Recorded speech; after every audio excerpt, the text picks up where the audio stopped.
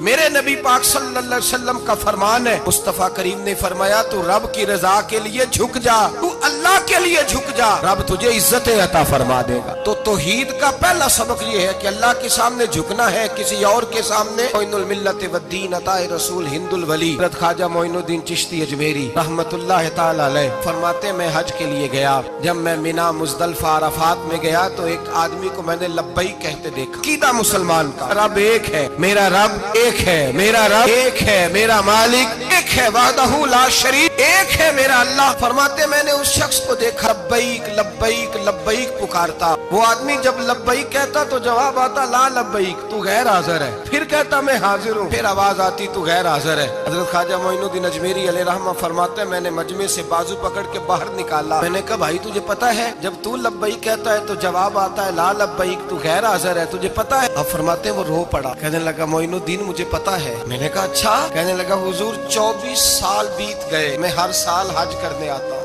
یہ میرا 24واں حج ہے، اور ہر سال آ کے کہتا ہوں لبیک لبیک، میں مصطفیٰ کریم کا وسیلہ لیے حاضر ہوں، لبیک لبیک۔ یہ بے نیاز ہے، ہر سال مجھے کہتا ہے لا لبیک، نہیں تو غیر حاضر ہے، ہر سال کہتا ہے۔ خواجہ صاحب فرماتے ہیں اس کی بات سنی تو میرے وجود کے رونگٹے کھڑے ہو گئے۔ میں نے کہا پھر تو ہر سال آ جاتا ہے، ہر سال ہی آ جاتا ہے، 24 سال ہو گئے ہر سال۔ فرماتے اس نے توحید بیان کی تو میری چیخیں نکل گئیں، میدان عرفات میں کھڑے ہو کس نے توحید کا اعلان کیا تو میرا وجود تڑپنے لگا، آہیں اور سسکیاں نکلنے لگیں۔ کہنے لگا معین الدین ایک ہی تو رب ہے، یہاں نہ ہوں تو کہاں جاؤں، تو کوئی اور رب بتا دے میں وہاں چلا جاتا ہوں، اب ہے ہی ایک، کہیں اس کے دروازے پہ رکھے تب بھی ٹھیک ہے، نہ رکھے بھی اس کی بے نیازی ہے یہی، کہاں جاؤں، اس کے دروازے پہ جھکوں، یہی میرا مالک، یہی میرا خالق، یہی میرا رازق۔ خواجہ صاحب فرماتے میں وہاں کھڑا تھا، عاطف غیب سے آواز آئی معین الدین تو پیچھے ہٹ جا، یہ میرا اور میرے بندے کا معاملہ ہے، تو اس کے بیچ نہ آ،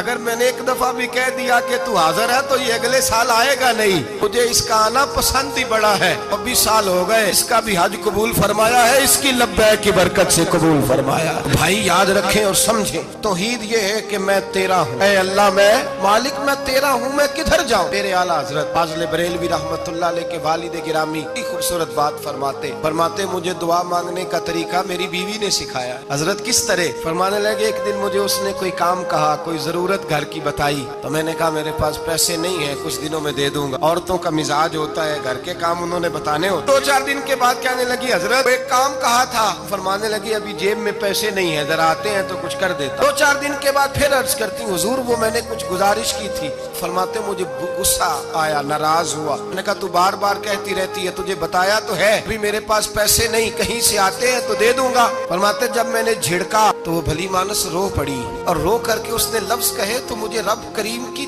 توحید سکھا گئی اور مجھے اللہ سے مانگنے کا طریقہ بتلا گئی۔ وہ کہ کہنے لگی حضور آپ ہی تو میرے خامد ہیں، بتائیے آپ سے نہ کہوں تو میں کس سے جا کے کہوں؟ کون ہے میرا اور کس سے جا کے کہوں؟ کس سے جا کے میں کہوں کہ میرا یہ غم بانٹ دیا جائے؟ آپ فرماتے اس نے بات کہی تو میں رونے لگا، مجھے کہنے لگی حضور کیا ہوا آپ رو پڑے؟